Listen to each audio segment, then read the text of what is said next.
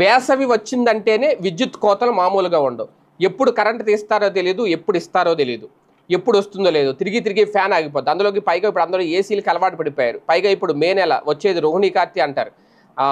రోళ్ళు బద్దలు కొట్టే ఎండలు, అంటే 45% పైగా ఉష్ణోగ్రతలు నమోదయ్యే 45 డిగ్రీల పైగా ఉష్ణోగ్రతలు నమోదయ్యే అవకాశం ఉంటుంది. ఇటువంటి సమయంలో కరెంట్ లేకపోతే కనుక ఒక్కపోతాయి.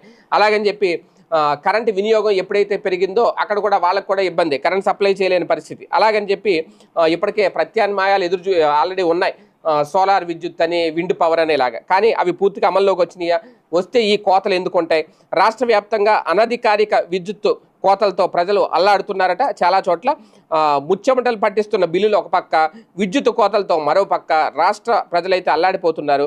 ఎండాకాలం ప్రారంభంలోనే విద్యుత్ డిమాండ్కి సరిపడా సరఫరా చేయలేకపోతున్న నేపథ్యంలో చంద్రబాబు సర్కారు మండు వేసవిలో అనధికారిక కోతలతో విసినకర్రలే శరణ్యం అనే పరిస్థితికి అయితే తీసుకొచ్చారట. ఇప్పటికే వినియోగదారుల మీద ఏకంగా 15,485 కోట్ల భారం మోపింది టీడీపీ సర్కారు.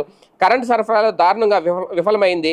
నిరంతర విద్యుత్ దేవుడెరుగు, నిరంతర కోతలు విధిస్తున్నారు. ఇదే ప్రజల్లో వెల్లువెత్తుతున్న ఆగ్రహం. మొత్తానికి పల్లెల్లో అయితే పరిస్థితి మరీ దారుణంగా ఉందట.